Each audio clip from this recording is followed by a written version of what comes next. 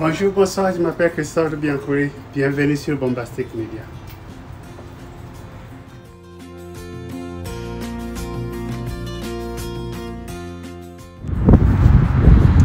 Voilà, quand je discute avec les vrais de la diaspora, surtout ceux qui vivent en Amérique du Nord avec nous ici, il y a beaucoup qui expriment leur désir de rentrer d'un jour à l'autre au pays et vivre, exécuter leurs projets, vivre en famille, vivre leur retraite d'une façon plus abondante. Mais il y a certaines choses que vous ne devrez pas faire si vous décidez dès aujourd'hui de repartir au pays, de vivre tout le reste de votre vie au pays. La première des choses, c'est que vous devrez vous préparer en conséquence. Faites tout pour contrôler le domaine financier de votre mouvement, pour ne pas vous retrouver dans le besoin une fois arrivé au pays. Donc, nous vivons ici, le peu que nous gagnons, nous économisons, nous pensons faire de grandes choses au pays. Mais si vous arrivez là-bas avec un 10 millions, je vous jure que ça n'ira nulle part. Ce sera très peu pour vous permettre de commencer un projet et ensuite survivre. Donc, si vous voulez vraiment repartir au pays dans les 5 années à venir, faites tout pour commencer dès maintenant à investir dans un compte qui pourra vous générer des revenus,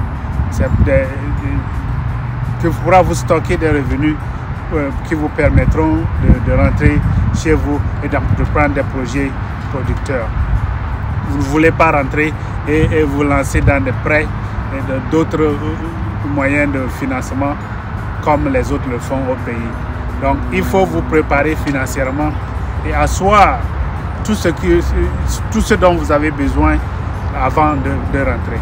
Écrivez surtout vos projets, mettez vos projets sur papier et ne laissez pas surtout dans vos mémoires, parce que vous pensez de 1000 choses à faire à la fois, et une fois que la bonne chose n'est pas écrite, la bonne chose n'est pas stockée à quelque part sur papier, vous perdez ça. Donc n'hésitez pas d'écrire vos projets, écrivez les étapes.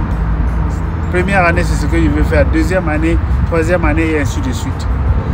De deux, évitez surtout de rester autour de votre famille, de rester autour de la maison familiale. De préférence, j'aurais conseillé que si vous rentrez chez vous, si vous rentrez au Togo par exemple, et que vous êtes du Grand Nord, évitez de rester au Grand Nord. Parce que tout ce que vous allez entreprendre risque d'être... ce ne sera pas attaqué, mais vous allez prendre du temps pour réussir, parce que les gens vous verront comme c'est notre fils à nous, il a beaucoup d'argent, n'a pas besoin de notre aide. Ils vont chercher à consommer gratuitement ce que vous produisez.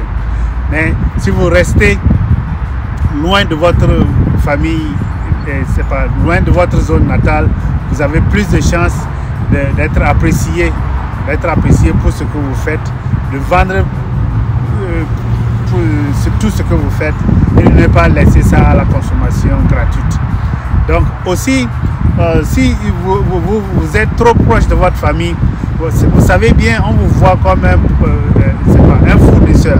C'est vous qui leur donniez de l'argent pour leur engrais, pour leur scolarité, pour leur santé, pour tous leurs besoins. Vous leur donniez tout.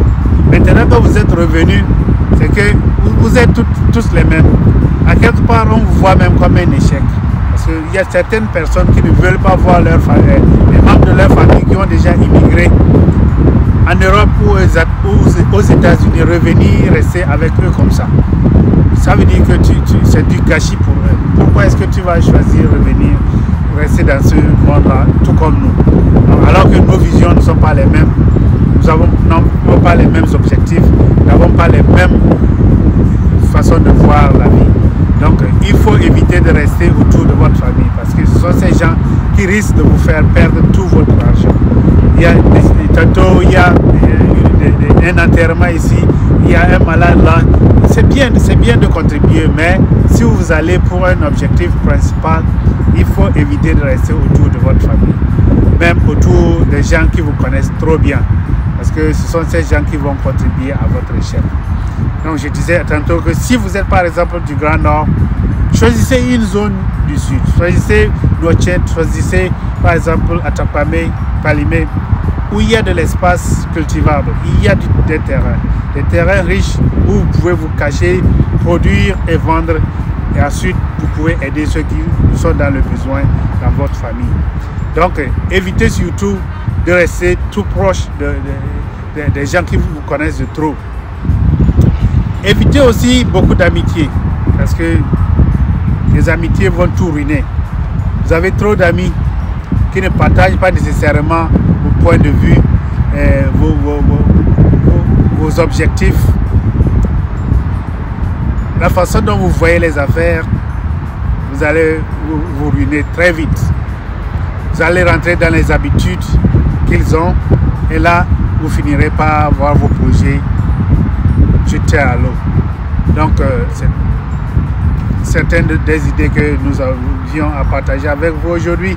N'hésitez pas à cliquer le j'aime, abonnez-vous, commentez surtout et dites-nous ce que nous faisons. Nous disons de vrai ou de faux. Nous voulons nous améliorer, nous voulons progresser. Merci beaucoup et à la prochaine. Bye bye.